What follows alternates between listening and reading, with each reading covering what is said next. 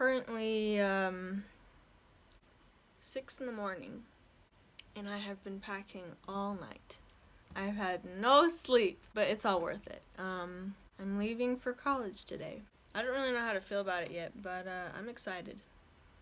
I've said this a lot already in my videos, but I'm going to college in Idaho. So I'm going to be taking you guys along the journey from here to Utah, then to Idaho, because I will be flying to Utah, then I will be driving from Utah, about like a 4 or 5 hour drive with my mom and my sister up to Idaho, where the university is, and they're gonna help me clean and organize my dorm room. So yay, I'm very excited.